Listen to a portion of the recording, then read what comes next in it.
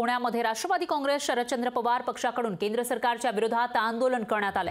पंतप्रधान मोदी यांच्यासह भाजपच्या सर्वच नेत्यांकडून आयुष्मान भारत कार्डबद्दल माहिती दिली जाते, पण प्रत्यक्षात मात्र आयुष्मान कार्डच्या माध्यमातून सर्वसामान्य गोरगरीब जनतेला उपचार मिळत नाहीत अशी परिस्थिती असल्याचा आरोप एनसीपी शरदचंद्र पवार गटाने केला आहे। केंद्र सरकारच्या या फसव्या भूमिकेचा निषेध केएम रुग्णालयाच्या बाहेर राष्ट्रवादी काँग्रेस शरदचंद्र पवार पक्षाच्या वतीने करण्यात आला आहे। इथं तीव्र निषेध आंदोलन करण्यात आले।